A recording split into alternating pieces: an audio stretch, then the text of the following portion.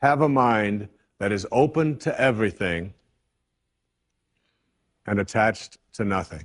When you change the way you look at things, the things you look at change. Hey there, amazing viewers. We are going to talk about the famous self-help author and motivational speaker whose legacy lives on through his profound teachings. He's Wayne Dyer, and here are his rules for success. Enjoy!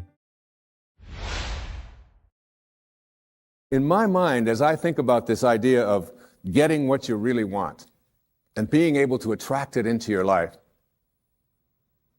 what we have to look at is basically the obstacles that we have conditioned ourselves. And you notice I say that we have conditioned ourselves, because I have never believed that we need to be putting the responsibility on someone else. If you're conditioned, it's because you have allowed yourself to become that. And if we conditioned ourselves to believe certain kinds of things, and one of the things that we kind of believe and hang on to and live with is this whole idea that all of the things that happened to me in my past are what are keeping me from doing what I'd like to do today. So we hang on to these things and we fill ourselves with blame. We say, I'm the middle child. I'm the youngest child. I'm the oldest child. I'm an only child. Any one of those is a great excuse. If you're the youngest child, you can say, well, how could I be making decisions for myself and be a fully functioning person today when I always had somebody else telling me what to do my whole life? How could I think for myself? If you're the oldest child, you can simply say to yourself, well, how could I be expected to think for myself? I always had to think for somebody else. I was always doing it for somebody else. And that leaves the middle child, the classic identity crisis. Oh, poor me. My mother didn't even know my name. She was always calling me by this one's name or that one's name. So I don't know where I fit in. So that takes care of everybody except the only child. And of course, the only child, well, your parents looked at you and said, we won't be doing that again. Huh? You have to live with that, I don't. Huh? So everybody with their birth order, or with their mother liked their sister better, or that we had enough, or we didn't have enough, or we had too much, or we lived in the north, we lived in the south, I'm too tall, I'm too short, I've got too much hair, I don't have enough hair, it's falling out, it's not falling out, whatever it is, we all have these excuses. And I call all of these things that we hang on to and use to keep ourselves from reaching these higher places in our lives, the wake. I call it the wake. And the wake comes from a story that I heard Alan Watts tell one time, and it was a very powerful story. He said, your life is like a boat, and it's heading up the river at, say, 40 knots, all right? And as it's going, you are somehow able to metaphorically stand on the stern, the back of the boat, and look down into the water. Now, there goes your life in this direction, and you're standing here, and you're looking down into the water, and you ask yourself these three questions. The first question, what is the wake? What is it? What is this thing that you see? And the answer, the wake is the trail that is left behind. That's what it is. Nothing more, nothing less. It's the trail that is left behind. Second question to ask yourself in this little metaphor, what's driving the boat? What's making this thing go in this direction? The answer, the present moment energy that's being generated by the engine, and nothing more. That's the only thing that's making the boat go in this direction. And in this little scene, this means it's the present moment thoughts that I have and how I am using them that is making my life go in this direction, and nothing more. Because the third question is the most important and powerful question. And ever since I heard it, I've always thought about this whenever I have a tendency to look back here and blame something. Is it possible for the wake to drive the boat? That is, can a trail that is left behind make a boat go in this direction? And of course, the answer to that is no. It can't. It's just a trail that is left behind. And in that trail, there are an enormous number of things, and every one of us has a wake. And we have a whole lot of stuff in it. And one of the problems that we have is that we have a tendency to look at the wake and all of the stuff that's in it to explain why it is my life isn't working the way I would like it to work. Have a mind that is open to everything and attached to nothing. One of the central principles of my life is that no one knows enough to be a pessimist about anything. And that each and every one of us, when we close our mind to what is possible for us or what is possible for humanity, closes off the genius that resides and lives in each and every one of us. Having an open mind doesn't necessarily mean finding fault with all of the things that you've been taught by others. It means opening yourself up to the potentiality and the possibility that anything and everything is possible. So having a mind that is open to everything and attached to nothing really means finding within ourselves the ability to get rid of a trait that I find so common in the contemporary world. Do you know that most people that I meet spend their lives looking for occasions to be offended? They actually are out there hoping that they can find some reason to be offended. And there's no shortage of reasons. They're out there everywhere. The way this person dressed, what this person said, they turn on their TV, they hear the news, they're offended by this. Someone used language that they didn't like, someone doesn't share the same customs that you, and people all day long. In fact, if you keep track tomorrow, you will find probably 100 reasons that you can go around being offended. But a mind that is open to everything and attached to nothing is a mind that says, I'm never looking for anything to be offended by.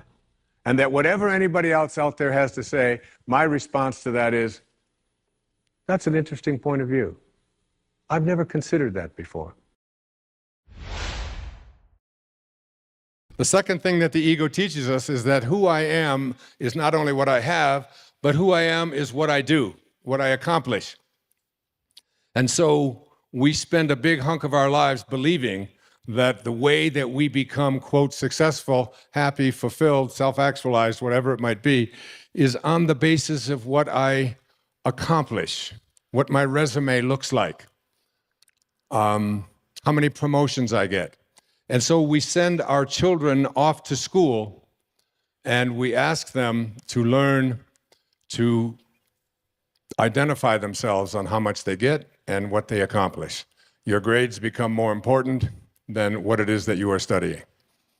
What you own, what clothes you wear, what labels you have, and so on. And we become obsessed with this kind of absurdity. And this is the false self at work. The next principle I call don't die with your music still in you. And who better to quote than Thoreau right here in Concord when he talked about some of us hear a different drummer and we must march to the music that we hear. But all of you, everybody watching, everybody here in this beautiful parish,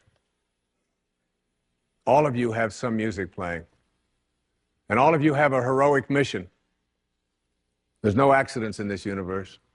We all show up here with a purpose. There's an intelligence that is a part of everything and everyone, and all of us are connected to it. And too many of us are afraid to listen to that music and march to it. You out there, I know you have a book you wanted to write. I know there's a composition you wanted to compose. I know there's a song you want to sing someplace. Maybe you want to raise horses out in Montana.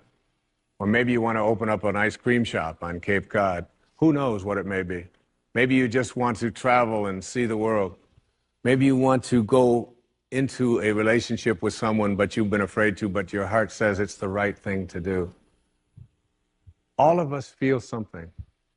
And in Leo Tolstoy's famous novel, The Death of Ivan Ilyich, He asks this question that would be terrifying to me.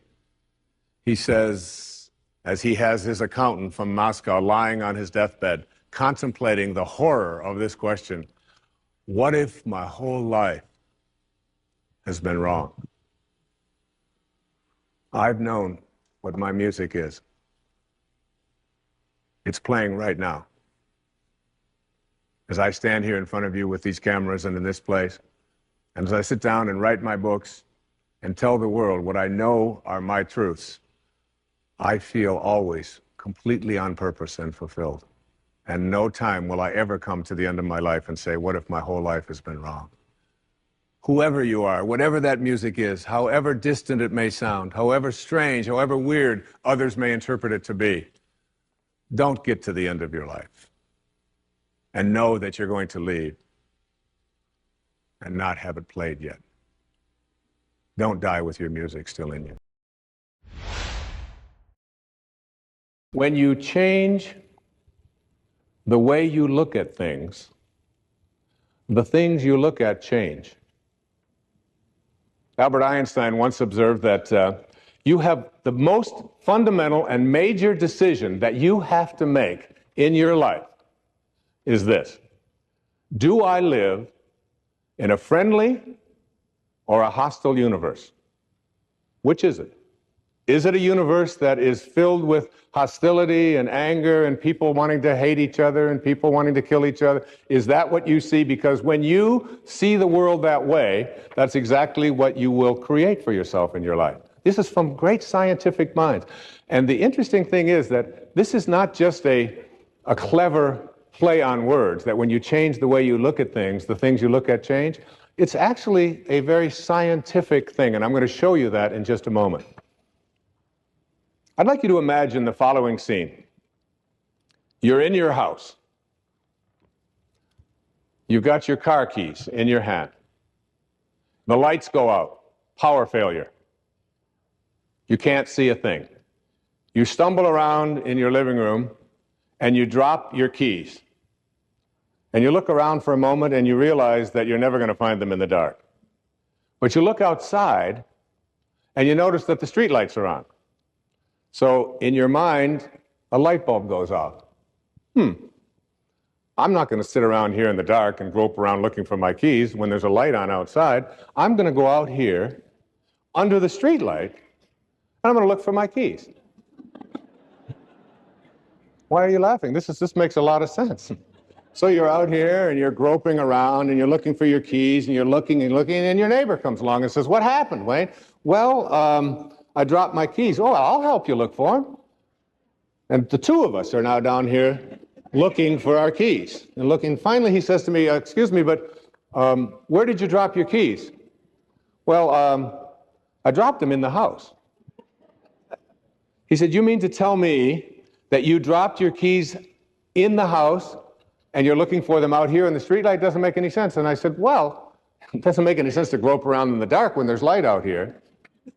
Now you laugh and you think how silly that is, but isn't that exactly what we do when we have a problem, a difficulty, a struggle that is located inside and we're looking for the solution outside, someplace outside of ourselves? It would be like going to the doctor and telling him all of your symptoms. And the doctor says, "Oh boy, you've got a lot of symptoms." And he starts writing out prescriptions. You need a prescription for this symptom, you need a prescription for that symptom. And finally, he gets this 4 or 5, and you go to walk out, and you say, "Well, I'd like my prescriptions." He said, No, I'll give this one to your mother-in-law, and I'll give this one to your neighbor, and I'll give this one to your daughter, and I'll give this one to your father. I mean, you're the one with the struggles and with the difficulties, and expecting somebody else to change or something outside of you to get better in order for you to make your life work at this level that I'm calling intention is something you have to really take a hard look at. It's in here.